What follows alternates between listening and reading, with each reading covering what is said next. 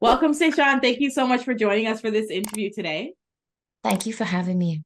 Absolutely. We like to start by just acknowledging the original stewards of the various lands that we are on, as well as our ancestors.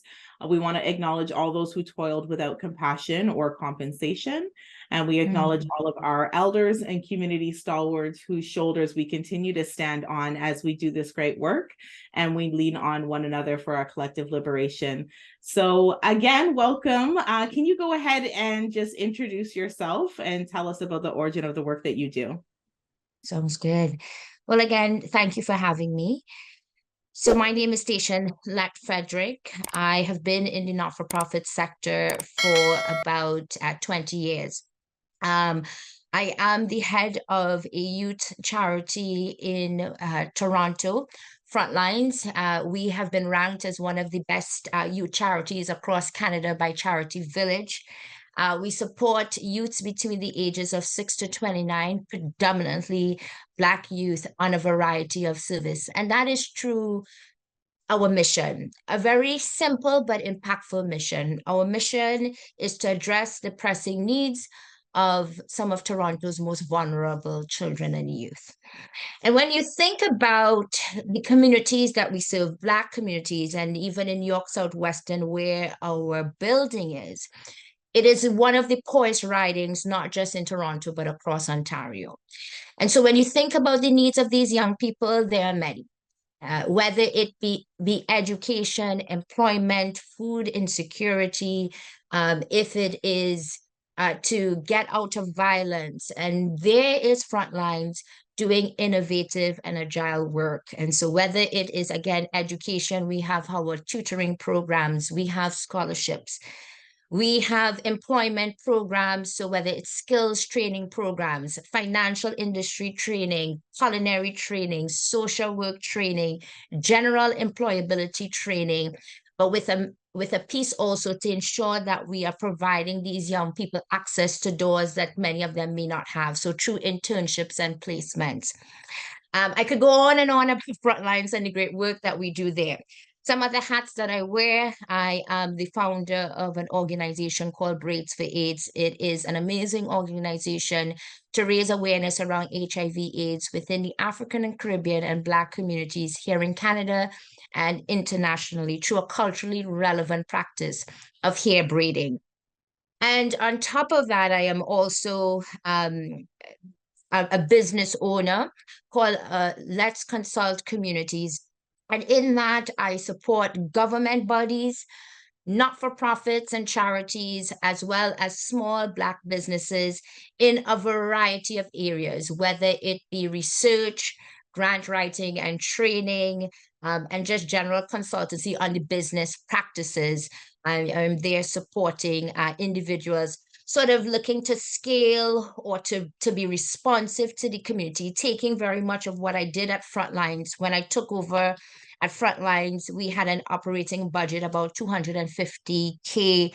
Now we're about a $3 million organization. And so helping organizations, particularly small businesses or grassroots organizations, reach to that level. And I know later on I'll be able to share some of the transformative work that we're doing, even at Frontlines, where we've been able to give out $1 million about to three grassroots organizations to do work in their community.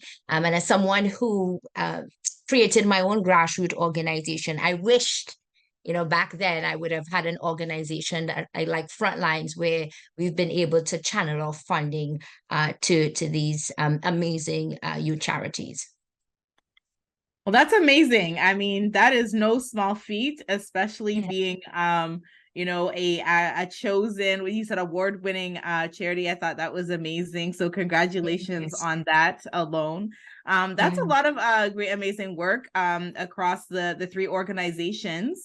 I know you said that you are primarily frontline. So if you want to share what like their whole mission and vision is and the work that you do there specifically. Yeah, sure.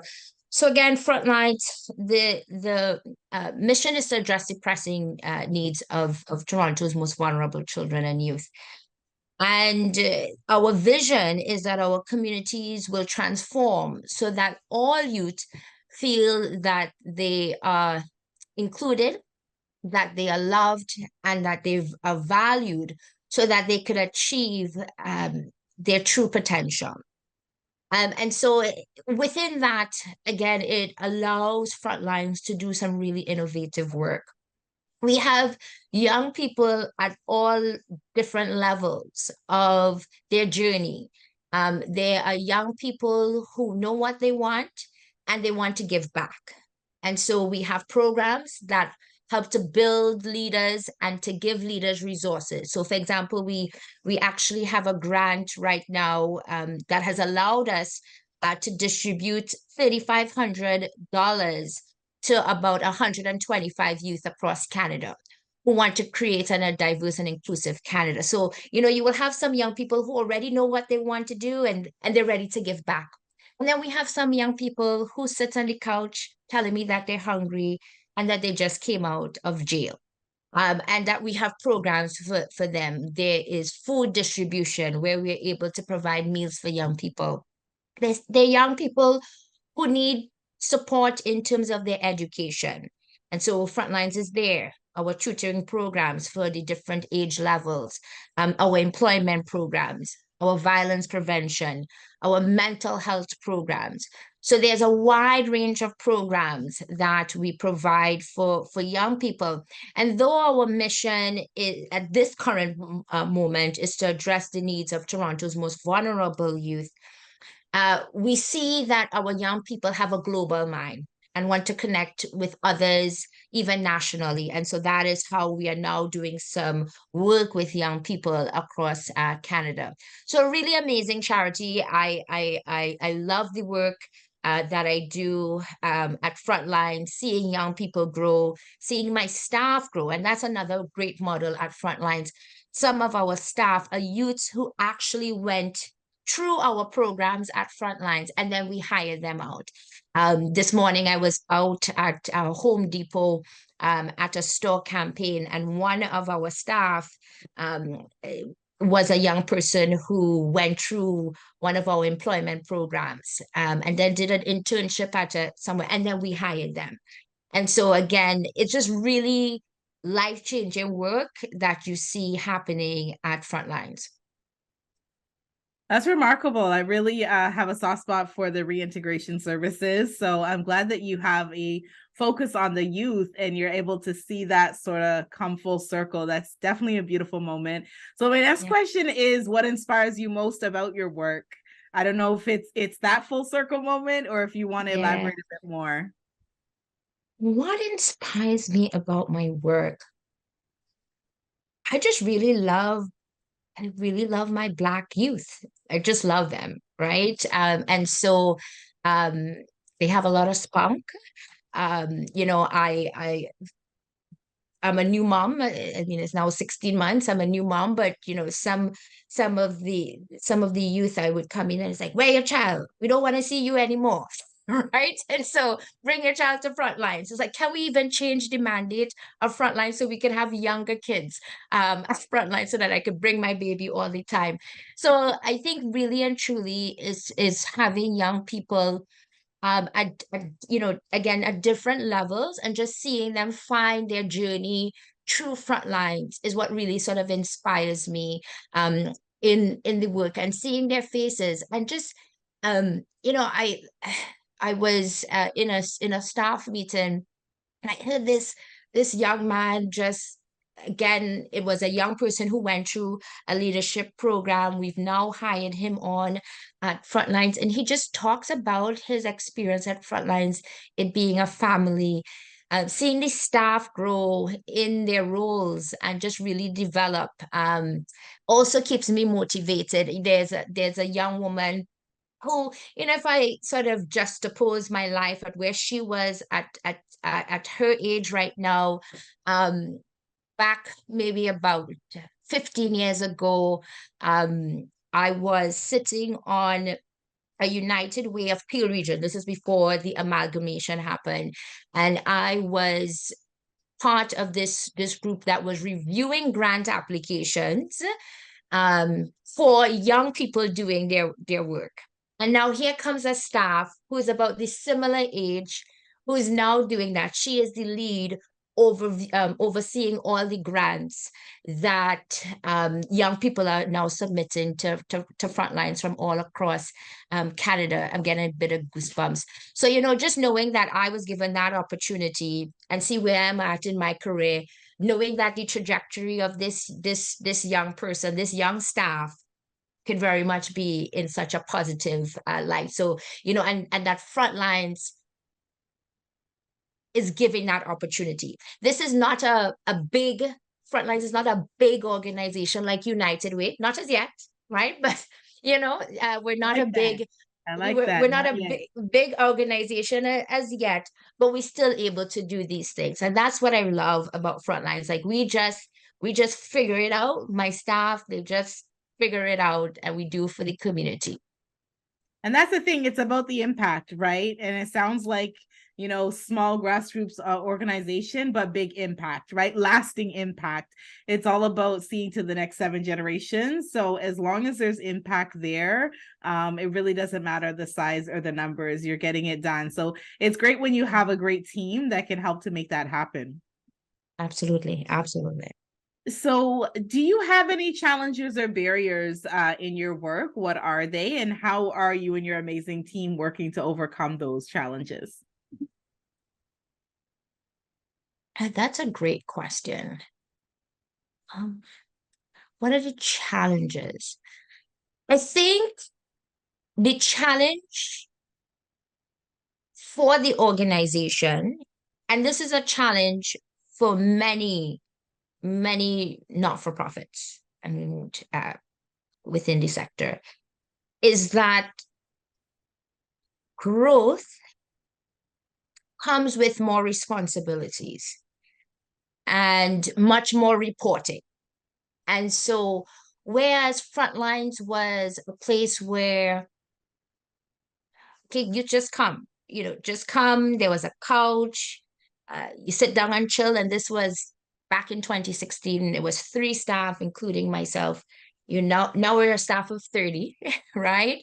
Well, 24, and then with some recent funding, we'll get to, 30.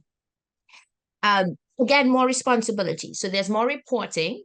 And so, it's now a whole level of regulations. And it changes the dynamic and it changes the culture of just being relaxed.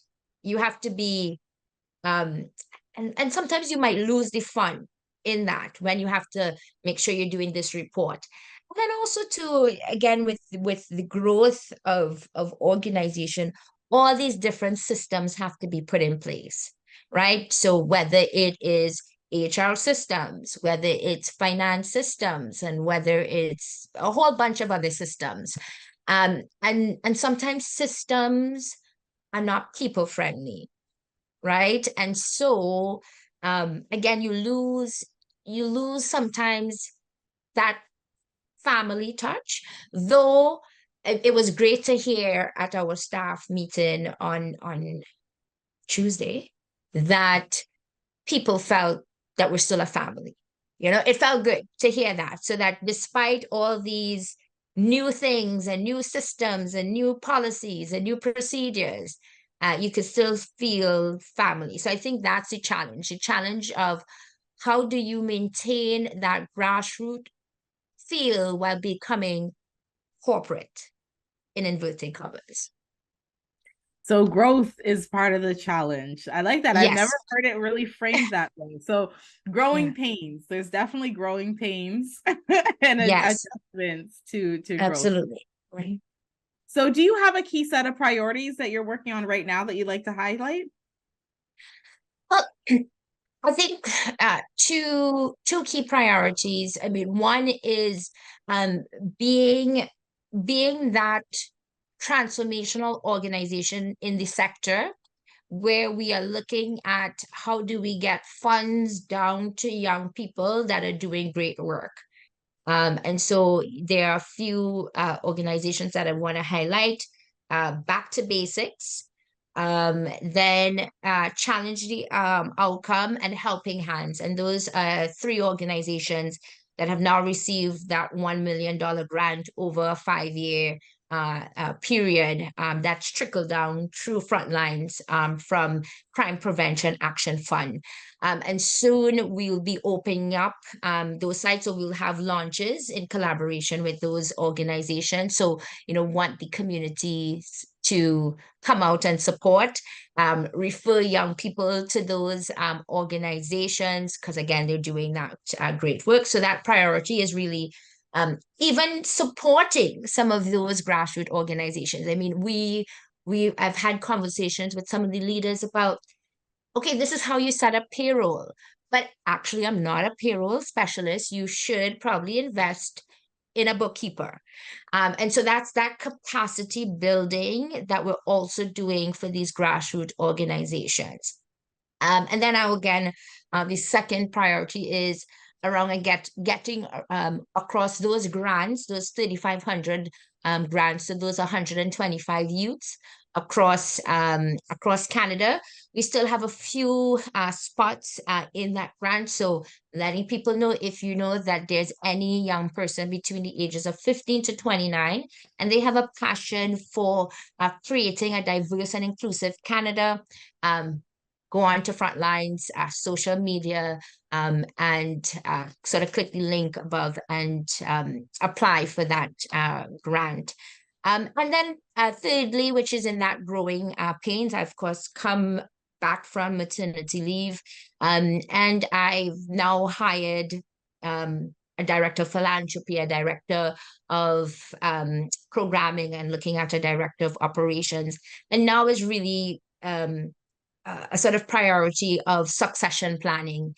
I probably would not be at Frontlines forever, right? And so while I grew the organization to what it is, it's also a piece for me that I'm at a place where I can let go, right? And so making sure that the organization is in a stabilized place for that transition, I would say, is priority. Whether it be today or tomorrow, things just can't be in station's head. And so is that sort of organizational continuity that we're looking at. That's great. How do you feel about the future of Black entrepreneurship, especially as it pertains to our youth? The future is bright, really bright for young people in several ways. One, I think we are in an age of social media, of course, and so the access to clients and access to individuals are much larger. I think that there has been a lot of work at the governmental level that shows the need for grants versus loans. And so you're seeing a lot of government bodies looking at doing grants. Right now, there's a grant, I think it's due in 2 days, or maybe a day when this airs, but it is one that is from the Ontario government called the RAISE grant, and that is for racialized individuals to get $10,000. Once, of course, they fit through some criteria pieces and do some work, that they could access this $10,000 grant. I'm also seeing that there's a large amount of corporations that are doing grants for small businesses. You have Desjardins, you have the BMOs, the Share Moisture, a few that are now giving grants to small businesses. And so really sort of being able to now access grants that many of us, prior were not able to do. So, and young people are creative, and young people are looking to innovate space. So I think the future is bright, knowing that, of course, you need to put in the work to get where you are. So that would be my sort of thing. There's still, of course, there's much work to be done, of course, but I think the needle is moving. Absolutely. So as we talk about the future, and you said it is bright, Yeah. If you could sort of elaborate and paint a picture of what success would look like to you and your team, what is your ultimate goal here? Right. And this is specifically in relation to entrepreneurship or generally, just to clarify. Generally, based on the mission and the vision of your Oh, organization, what is the ultimate goal for you? In a perfect world, right. what are you trying to achieve with your team? Right. So again, as a leader of an organization, what should be the drive and what should be what you want to achieve is your vision. And that vision is that our communities will transform so that young people can feel loved, valued, and that they can achieve their highest potential. And so when we break that down into specific areas, such as employment, is that we want young people to feel that they're valued in their employment, their place of employment. They feel valued in the space. They have access to opportunities. When we think about in the education system, we want our young people graduating. We want young people feeling that school is a space again where they're valued and they're loved and they can get the resources that they need so that they can achieve their highest potential. And that's the same pieces in all the different areas that we focus on, whether education, employment, entrepreneurship. We want again young people to feel that the community is shifting, the community is transforming to allow for them to enter into entrepreneurship. So when we see that governments are shifting and corporations are shifting, then we know that the work that Frontlines is looking to achieve is happening, right? And that our young people are getting into these spaces. Absolutely. Do you have any words of wisdom for the emerging leaders that are coming into the ecosystem? Oh, wow. Do I have words of wisdom?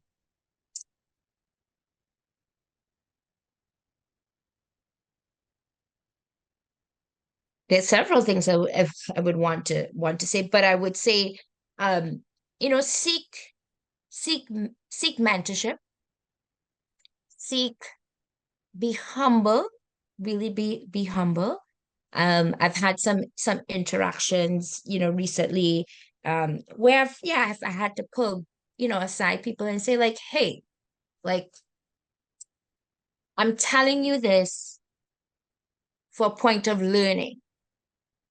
And it's not a matter of necessarily wanting to correct. It's not like a correction.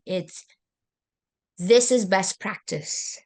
This is what I know has been tried and tested.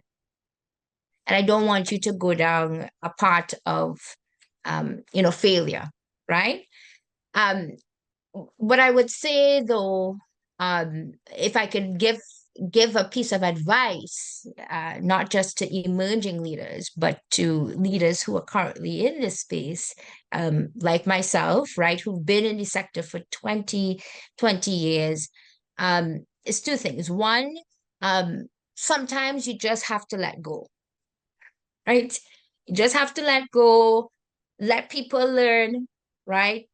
You might want to just say, hey, don't do this to something. I said, okay, you don't want to listen to me, all right. Do what you need to do. And then two, the other thing that I would want to say is, make space.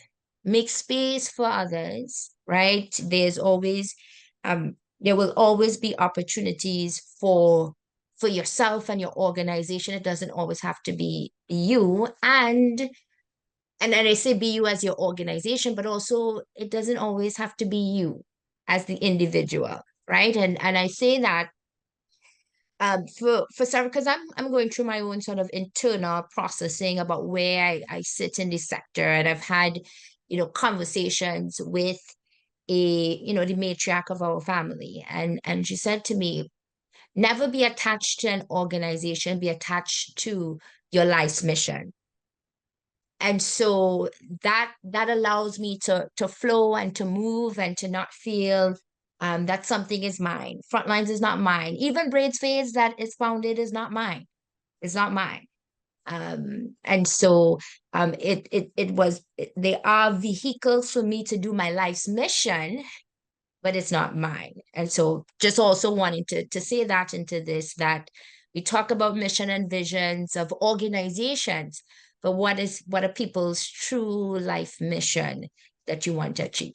And for me, it will forever be the advancement of my Black community, particularly Black youth. I love that. I think that's a key takeaway that you shared, that you need to have a personal vision and mission. I think I use that, excuse me, I learned that years ago from Dr. Cindy Trim. She talks about writing a vision for the next 20 years of your life.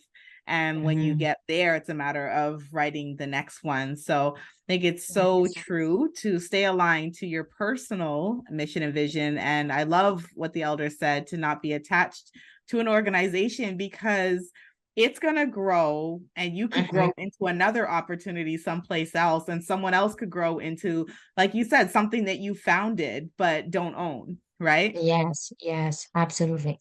I love that. So really well said. I really appreciate all of your answers. Do you have any closing thoughts or calls to action for our community? So again, if you know a young person, let them visit Frontline's website. Lots of services, but of course, just pushing our grants. Again, as someone, when I started off my organization, BrAIDS Phase, I wish there was just funding, that was so easy to access. So please just apply. And again, our governments are transforming to say we want to give money to these young people to do work. Amazing. So please access that. And if there is any supports that a young person may need, think of Frontlines as the organization of choice to support young people, particularly Black youth in Toronto. So please reach out to us. It's www.frontlines.to. And you look at our Instagram, it's also frontlines.to. So reach out and my amazing staff will be happy to support. That's great. Thank you so much for that. Very well said. I think all of our youth should definitely follow up and tap in as best they can. So again, we really applaud the work that you're doing. Thank you so much for that. And thank you for taking the time to do this interview with us in all of the hats that you wear. And I know it's a busy time of year as well. So thank you so much. Yes, thank you for having me. I appreciate it. We also just want to close off the way that we started by acknowledging the original stewards of the various lands that we are on, as well as our ancestors and all those who toiled without compassion or compensation, our elders and community stalwarts whose shoulders we continue to stand on as we do this great work and lean on each other for our collective liberation. So thank you to you, Stachen, once again, and thank you to our viewers and listeners.